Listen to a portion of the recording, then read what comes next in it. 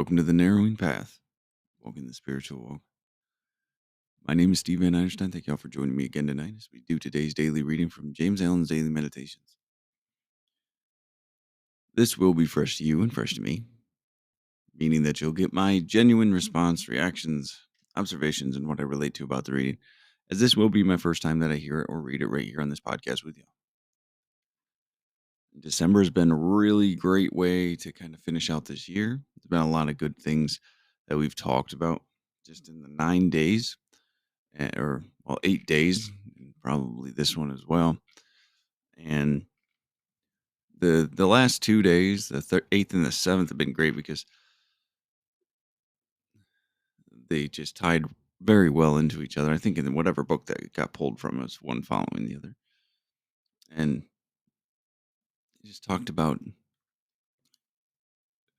you can tell how close you are to wisdom and truth by what upsets you. Primarily, the differentiation being: do other people upset you, other people's sin, or does your own sin upset you more? So, all right. Here we go. Let's go ahead and we'll get into it. This is December 9th reading from James Allen's Daily Meditations.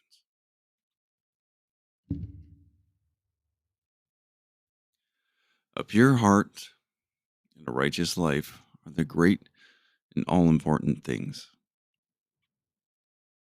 The deeds and thoughts that lead to suffering are those that spring from self interest and self seeking. The thoughts and deeds that produce blessings are those that spring from truth.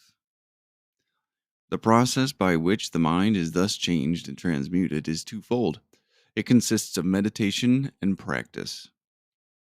By silent meditation, the ground and reason of right conduct is sought, and by practice, right doing is accomplished in daily life. For truth is not a matter of book learning or subtle reasoning or disputation or controversial skill. It consists in right doing. Truth is not something that can be gleaned from a book. It can be learned and known by practice only. What a lovely reading.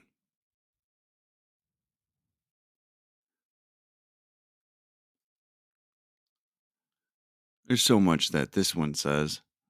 There's the depth in this one's profound to me because to those that I don't want to say it like that.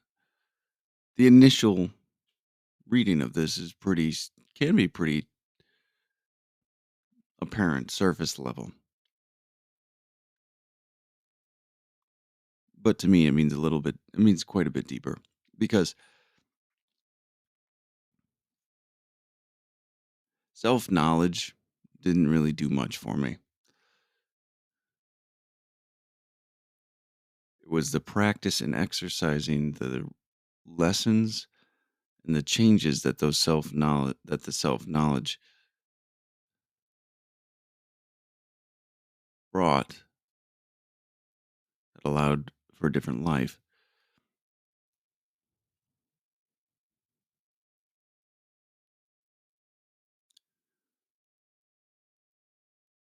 You can learn anything that you want to learn at the end of the day.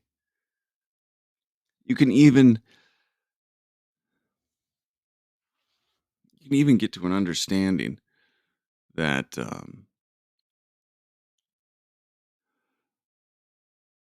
of what a spiritual path looks like, of what a spiritual life consists of. But if you don't practice it,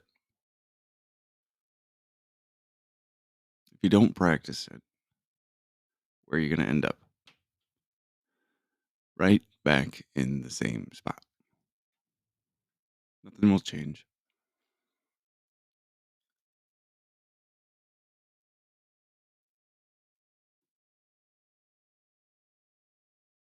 That was where I fell down a lot of times, actually, was that change, was the practice of this. So let's get into this. line by line. A pure heart and a righteous life are the great and all important things, right? Well, we talk about this purification process that James Allen weaves into all his writings. This aspiration towards this Christ-like, God-like ideal, right? To live a life of righteousness, which then allows us to purify our hearts and our souls. So, a pure heart and a righteous life are the great and all important things. This is what we strive for. This is the goal and end result of what we're looking to accomplish while our souls are on this physical plane. We get to experience the entire material world, but the direction we need to take is to achieve a pure heart and a righteous life.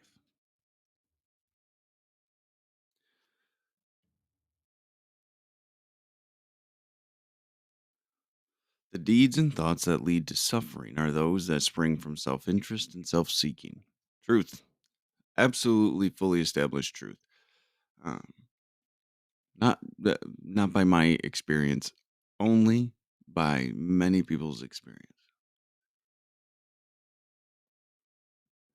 It's kind of amazing, actually, how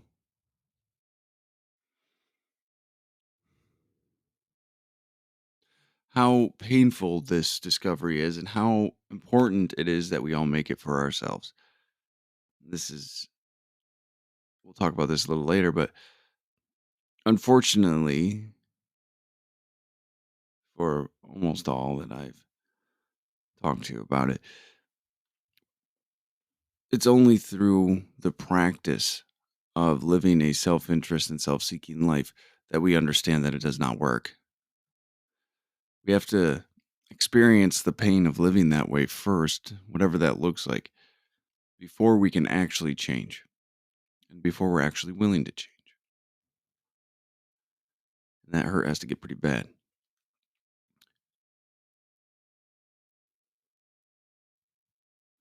The thoughts and deeds that produced blessedness, so the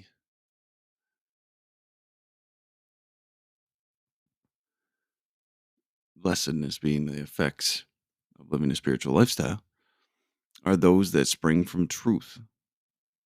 So we're talking about truth, goodness, God, the everlasting, the unchanging, the source, creator, energy, whatever you'd like to label that. Many different names. Thoughts and deeds that produce blessedness are those that spring from truth. The process by which the mind is thus changed and transmuted is twofold. Here we go. Gives us stuff to do. I love it. It consists of meditation and practice. We've talked a lot about meditation on here. And we've talked a lot about practice. Meditation is the seeking of truth in your life. Seeking of the seeking and contemplating of God,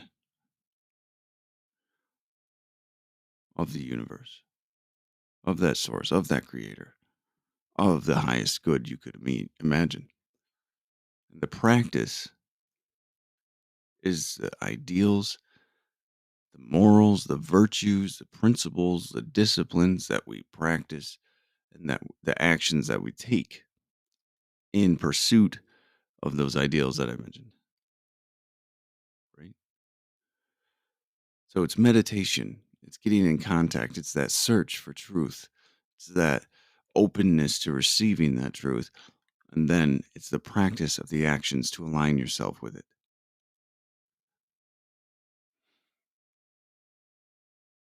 Meditation and practice. By silent meditation, the ground and reason of right conduct is sought, and by practice, right doing is accomplished in daily life, right?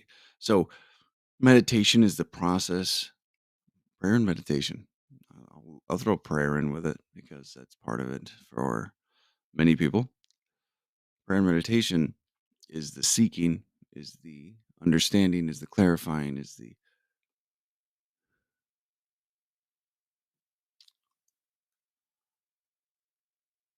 divining rod of those actions, of those behaviors, of those things we need to practice. Because it's through those meditations, it's through that contemplation that we see our own selfishness and self centeredness and our self interest play out. And we get to correct and be more of service to God and others. So, meditation and quiet time is unbelievably important.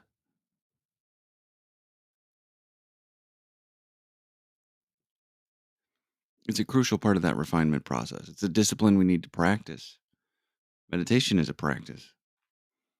Being honest is a practice. Forgiving is a practice. Loving is a practice. Being courageous, having integrity. These are practices, everyone. No amount of understanding or contemplation only will get you there, but it's the practice of right action that will get you there. It needs those two things. I love how it says transmuted. The process by which the mind is changed and transmuted is twofold: meditation and practice. That's great. And then, right, doing is accomplished in daily life by practice. By silent meditation, the ground and reason of right conduct is sought. And by practice, right doing is accomplished in daily life. Can't. That is a single sentence for explaining how to grow and how to change. There's depth to it, of course. There's much, much more. You can read about that in many, many different books. But he sums it all up right there. All change, all pursuit of something more righteous and virtuous than ourselves is sought through meditation and practice.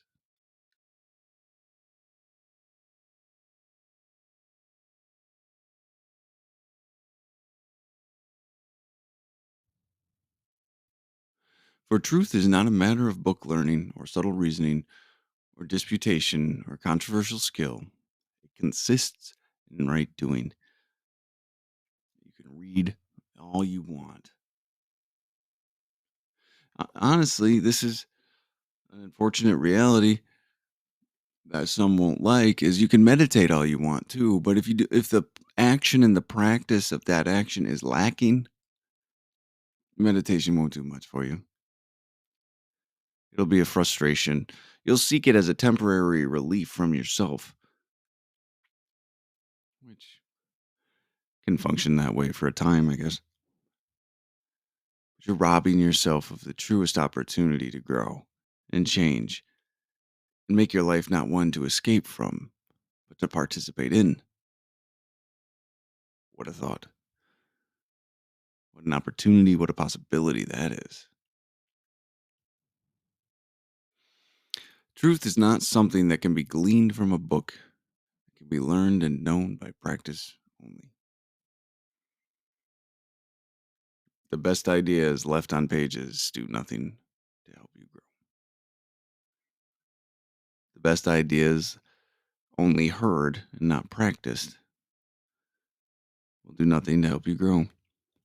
There's people out there, I was one of them, that I listened to talk after talk after talk after speaker after speaker after speaker, book after book after book, conversation after conversation after conversation, hoping I'd find that one nugget of wisdom that would change my life so much that I'd be inspired to actually go live differently.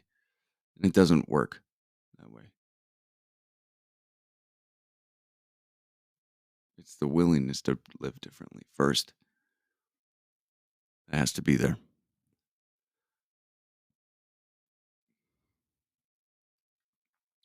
It's been my fullest experience that truth is not something that can be gleaned from a book. It can be learned and known by practice only.